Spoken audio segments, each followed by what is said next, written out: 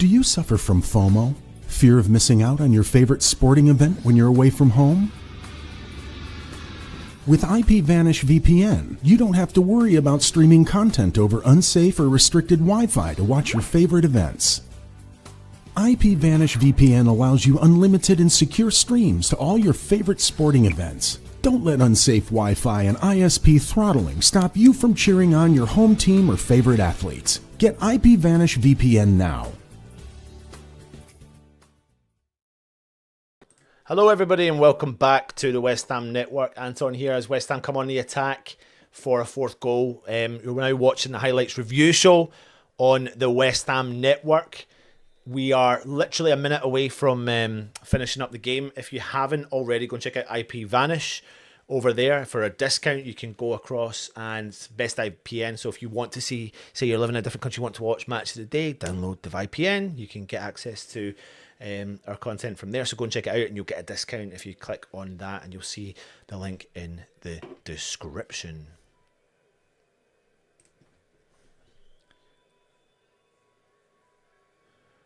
I will commentate. Just coming up to the end of the game as Burnley come on the attack just for the end of the game here.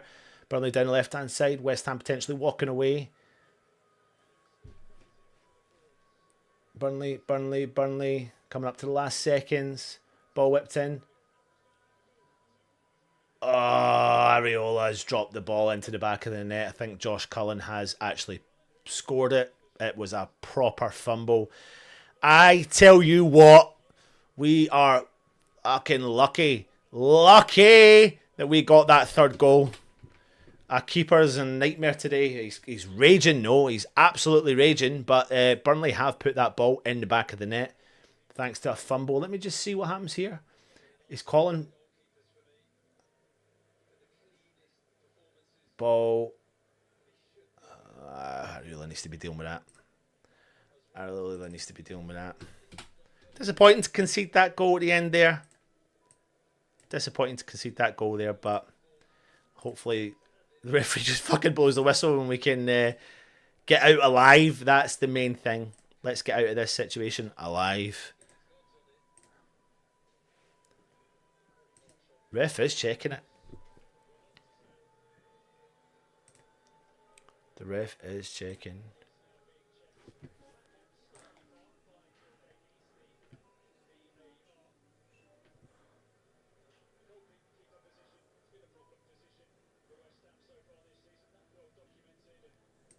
Ugh.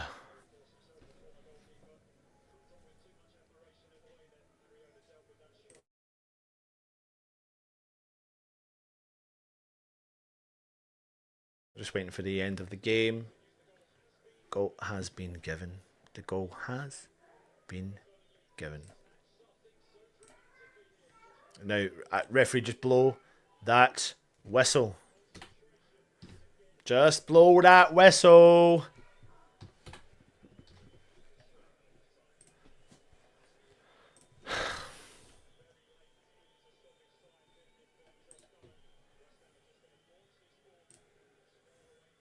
Come on, ref, blow that whistle.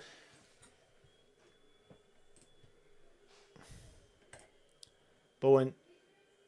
And there we go. Final whistle. The final whistle has blown. Yeah, squeaky bum time for like 10 seconds at the end of the game. But do you know what? Back-to-back wins for West Ham. We will absolutely take that in an abundance. I'm absolutely buzzing.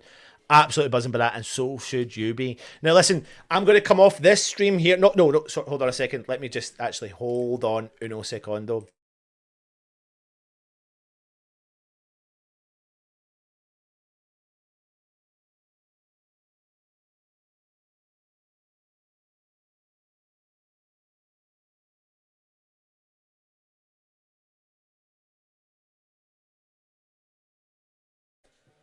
There you go. I'm back, everyone.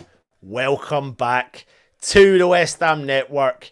If you haven't already, go and check out the IPN in the link in the description. But do you know what? West Ham got the job done. We got it over the line. West Ham walk out. Oh, hold on a minute.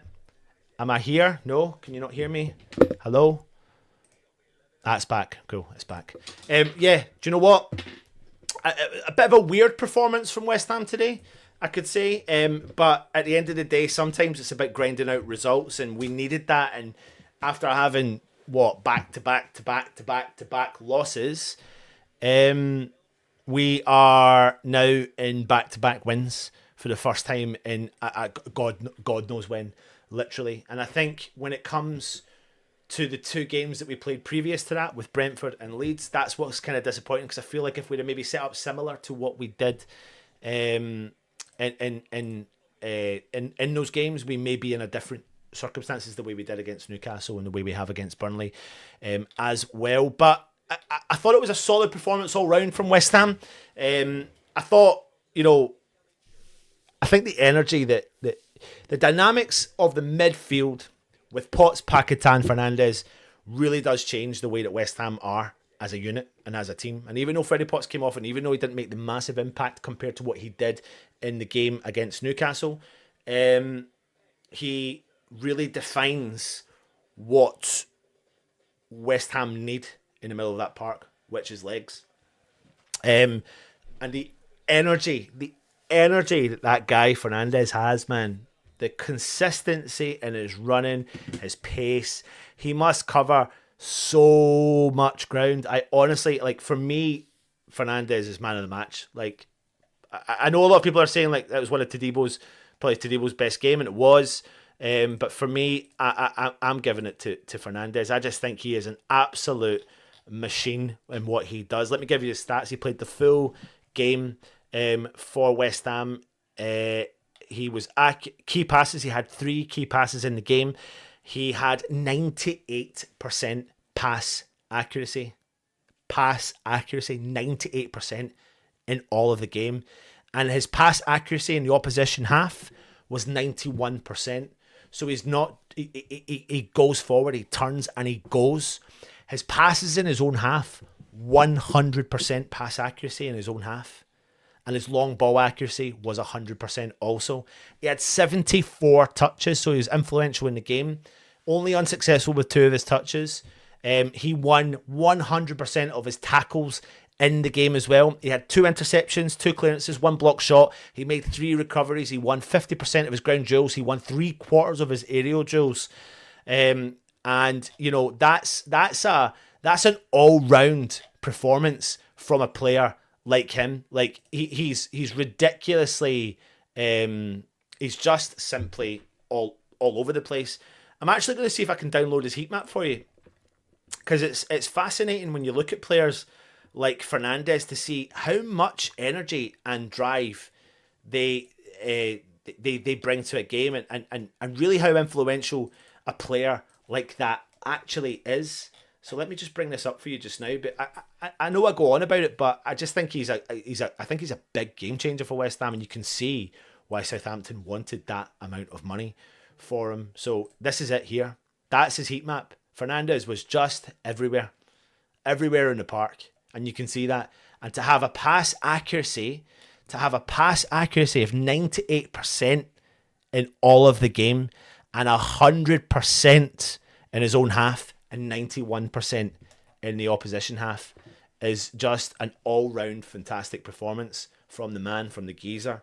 Fernandes just really does bring that. Let me just see here. What's that? Oh, I've just got something said to me. All-round great performance from Fernandes, and for me, man of the match. Let me know in the comments as well.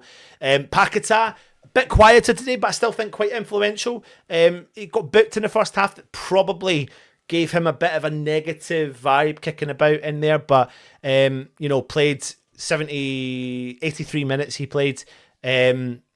He had 83% pass accuracy, but I think that's probably about right for a player of his creativity. Therefore, he is going to possibly give the ball away on several occasions. He had 3 shots, 1 shot on target, 2 shots were blocked. He had 71 touches. Again, tries to be influential, tries to come in, drop in, collect the ball. He was unsuccessful with any of his dribbles attempted, so that's kind of describes Paquetá's performance today. He lost possession 15 times. He did win quite a few of his tackles, got booked for one of them as well. He made 5 recoveries, 1 interception. He won over half of his ground duels, didn't win any aerial duels. But yeah, just a kind of decent-ish performance from him today. Freddie Potts, you know, played 60 odd minutes, but obviously picking up a bit of an injury, and hopefully it's not too bad. But again, just another player that gets involved. He was accurate with 50% of his crosses, 76% pass accuracy in the whole game. Touched the ball 54 times, considering he came off 30 minutes less game time than what Fernandez and Paquetá had. It just shows you how much involved he had like literally 16 less touches, but 30 minutes less in the game. So influential in the time that he had in his game.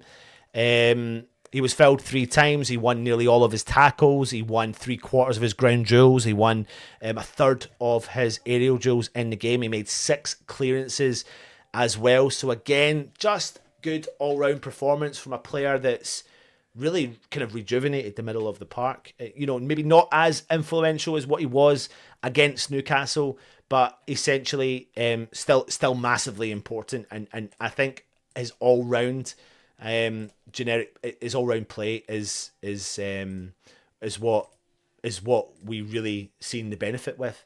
And yeah, I thought he was quality. And I think really, you know, plaudits come out to Callum Wilson. You know, for someone who gets bags his first goal for West Ham, plays 71 minutes. You know, he had 18 touches. He wasn't fed the ball a lot, but see, when he fed the ball, I found him to be quite influential, strong, attacking minded, and he does cause a little bit of upset and amongst the opposition when players are coming at when players are trying to defend him. He is a proper typical striker, and I think that just brings out why West Ham really do need that striker. And it's not even like someone who's, you know, obviously we want a finishing striker, but I don't think they exist as much anymore. So someone who can hold up the play, and I think if you can get that in a younger version, then quite exciting for the future of us as well. But you know, he got stuck in. He won quite a lot of his ground duels. He won a lot of his aerial duels. He was fouled quite a few times. But like I said, didn't touch the ball much, but did get himself around and get involved. 𝗕𝗨𝗥𝗡𝗟𝗓, jury's out. I'm not going to say, I hate saying it, but the jury is out in terms of 𝗕𝗨𝗥𝗡𝗟𝗓. I think he needs to be doing a lot better. He needs to have that intent to win those headers, to be strong. And I think that does let us down defensively.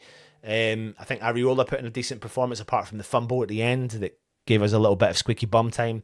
Bowen started off the game really slow, got himself into the game in the second half. Somerville, yeah, is a nuisance, absolutely is a nuisance. And I think once we get that kind of fine balance amongst this team, we'll start to see that progression happen amongst the West Ham team as well. Interesting, we haven't featured many off the bench in terms of the attacking options. You know, you got Guilherme, it's probably the only really one that didn't feature, that I thought may have came on and given us something there. But massive shout out, honestly, I have to say it, massive shout out comes into Tomas Souček coming off the bench again to provide us hold on a minute, let me just see if this can do this. Yeah, massive shout out to Tomas Souček. Right, let me see if I can do this. Alf! Hello mate, you right? Yeah, not bad. You? Can you do me a favour, Alf? Can you turn your phone on landscape? That's the one, mate, that's the one. Lovely. Alf, give us your rundown, mate. I can hear you, give me a rundown. Let me get out of the way. I just think the result was fantastic. Come away with 3 points. Areola drops, fumbles literally right at the end. And we thought, you know, what's going to go on there? But I just thought it was a bit of a nothing game, really. I think both teams struggled. Both teams struggled to get a foothold in the game. And there were times during it, I thought Burnley were going to start to run away from it, and run away from us with it. They started to get a bit of a foothold in the game, but we came back at them. We got that goal just before half-time. And we came out the second half, and I thought it was the same again, really. But Souček comes on, right, not top striker now, right? Top striker. He's our number one striker. He comes on, and then we get a third goal. And, it's, put it all to bed, really. But I said before the game, I thought it was going to be a tough game. I thought it was going to be more of a harder game in terms of tackles, flying tackles. I thought it was going to be a bit more of a no-nonsense game. It didn't really turn out to be like that. I thought Fernandez for us was fantastic. My concern is that Jarrett Bowen didn't have a good game. I just didn't think he got into the game. From my perspective, he didn't get into the game. Potts, tried, obviously got injured. He went off. I'm not sure how bad that injury is in terms of, he's got a couple of weeks now to recover, let's face it. But Magassa come on. He did all right, I thought. Callum Wilson, for me, fantastic. What he did with the goal. Again, we just haven't got anybody that can take his place or play alongside him right now. But Souček comes on, and once again, as deputy striker, he came on and he did a job for us. That's all you can ask, really. That's all you can ask. But I thought defensively we were okay. I thought a couple of times we were clearing the ball, but it wasn't convincing, if you know what I mean. It was a little bit scrappy at times. But Areola, up until the fumble, I thought he was doing all right. Pulled off a couple of cracking saves, from what I can remember. Duke, I thought, was okay a couple of times. I just think that Somerville and Duke need to have a better working relationship on the left-hand side, because there's lots of times where I was saying before the game all week that Duke need to exploit Duke a lot more and capitalise on him on the overlap, and we're just not doing that enough. And Somerville, I thought, was trying to take on players a bit too much. He was having a bit of success, but we were missing passes when we really, could have. And I think that's the game, really. I think that was the game. There was a lot of passes that could have been made and that could have put us through, and they just weren't being made. So probably a little bit of vision there we're lacking, a little bit of cohesiveness between all the players still. Alf, can I come on to your point about Fernandes, because I've never really not rated him. I've always thought since he's been in the park he's been quite influential. He's got the energy. I didn't like when he wasn't playing. I didn't like when he was coming off the bench. He's like, his energy. I showed. I don't know if you've seen it there, but I just want to show you his heat map in this game. If you look at the screen now, Alf, you'll see that he's just absolutely everywhere. Also, on top of that, I read out his stats for the game. I don't know if you heard me read out his stats for the game, but I'll quickly read out one of the most influential stats in the game was he had a 98% pass accuracy in it, of which in his own half it was 100%, and in the opposition half it was 91%. But on top of all of that, Alf, he won 100% of his tackles. He made 2 interceptions, 2 clearances. He had 1 block shot. He made 3 recoveries. He won 50% of his ground duels. He won 75% of his aerial duels. He was fouled 3 times and he had 74 touches. I think what you just read out there is exactly what you're all seeing in the stadium. Really, for me, he was head and shoulders above most of the players that we had. And when we were kind of struggling in terms of when Burnley seemed to be, apparently, what we're seeing in the stadium is, I'm not always sure it's what we're seeing. You would be seeing on TV, but the feeling was that we were kind of losing a bit of grip of the game.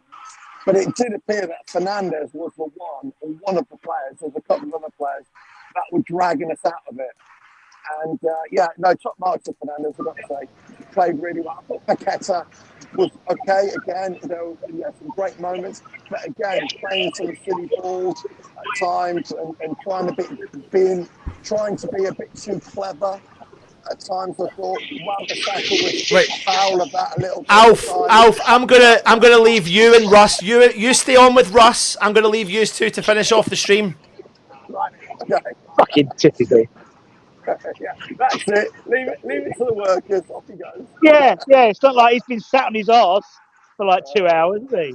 No, listen, Russ, good to speak to you, mate. It's a result. The result is all that matters, really. I thought we struggled a little bit at times.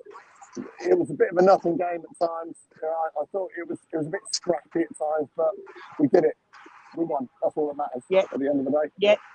Yeah. Would have liked that sort of extra goal to got us out of the bottom 3 just in time for the international break. But it's all about the points. Weird game, wasn't it? I never thought we wouldn't win that game.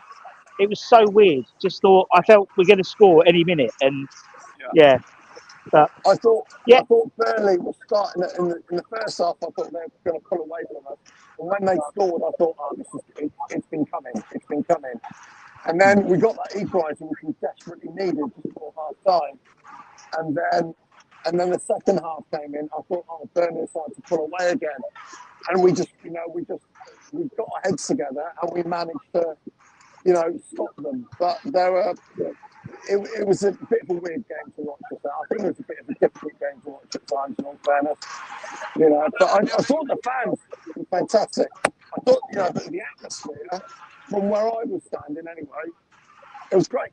I thought there were quiet moments, but I thought at the same time there were moments where we were right behind the team. I thought we were, giving them, loads of encouragement. So yeah, good stuff. Yeah, agreed, mate. Agreed. I thought they were very. I thought the fans are great today, as you said. But it doesn't take a lot, does it? It doesn't take a lot. And one thing I'm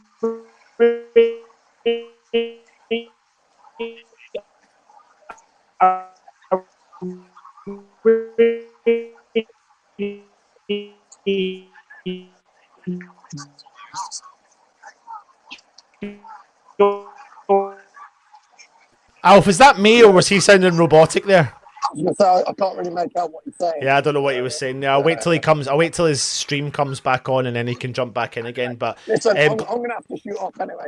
Right, go for it. Have to go and catch the train. But listen, Go for it. Good day at the office, I would say. Absolutely, mate. Absolutely. Take it easy, Alf. Take it easy, Alf. Thank you very much, mate. Cheers, mate. Bye-bye.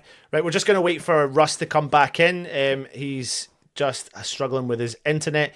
We've got problems at centre-back and goalkeeper, but still massive 3 points. Absolutely. That play by Igor for the third was superb for a centre-back. Composure, excellent build-up play. Kilman looked a bit jittery. He did. It's probably my... I'm probably fearful of that position, if I'm being really honest with you, especially him. I'm not sure. The jury is out 100% on that situation. Both centre backs need replacing. I think if we can, I think the centre back area definitely needs resolved 100%, but we need to definitely need to address that. I'd love to see what we could do with two young strong centre backs in the squad. Souček would be a better centre back than 𝗕𝗨𝗏 or Todibo. I mean, listen, plaudits has to come out to Thomas Souček. I mean, the guy, I said it in the Matchday Live, and I don't know if any of you's heard it, but I genuinely think the guy's got the opportunity to go on and have a longer lasting career at West Ham, because he's now come into this new role, and it is like a new role, and he really suits it, and it really works. It really suits him, because he can play in two different roles, by being by being the kind of super sub as such, but then can drop in where necessary. But he does cause problems upfield, and you have to be there in the right place at the right time. He touched the ball 12 times when he came on the field. He was successful in 60% of his passes, 100% of the passes in his own half, 60% of his passes in the opposition half. He had 2 shots in total, which, he scored the goal, and then he had the shot to create the second goal that 𝗪𝗪𝗪 should have done better with. But we have to utilise the situation and take advantage of situations like that when keepers are not at the races either. But yeah, just we got the job done, and we grinded out the result, and that's really what it comes down to, and that's all really what I massively care about. Let me see if Russ is coming back in now, and then if he does, I will leave the studio. Oh, yeah, Savilo's 4 weeks with no stress. Absolutely. Wilson may be the best striker we've had in a while, in the sense that he occupies centre back so well. To be fair, Kyle Walker-Peters just beat Bowen to knock one. Marcus Hobday, I would have thought West Ham would be out of the bottom 3 today then. No, because if we'd have scored one more goal, I'll wait to see if Rust actually does come in, then we would have knocked Burnley's goal difference down and ours up, and then we would have gone out of the bottom 3. Pakistan made some super plays, but his awareness of forward passes was off today. Lucky we're on the break. Hamstring pulls like Potts takes 2 weeks minimum. Pakistan got lucky, took too many risks. He cost us as many points as he gains us, so what's the point then? Pack subs are on. Potts was man of the match when he went off injured. So when West Ham be at the bottom 3, then we just need to keep winning, mate. Keep winning. Go for back to back to back. My reading of the game was we were scared to go behind till we did start playing. 3 points is all you can ask. Absolutely. So yes, should be above Burnley on the head of the head results. What happened to Kilman? He was brilliant at Wolves. Give Igor a start. No, oh God, I don't know. Listen, I do need to head, so I'd love if Russ could come on, but he can't. I need to head. So thank you very much for watching. If you're new around here, hit the subscribe button, hit the thumbs up. Please leave a comment. We'll come back to you with loads more content coming from the stadium. At least we got to the stadium. We've seen Alf. We've seen Russ. Maybe we'll get some reaction videos and get them sent out to you over the couple over tonight. But yeah, go and enjoy your weekend, because I certainly will. Come on, you Irons.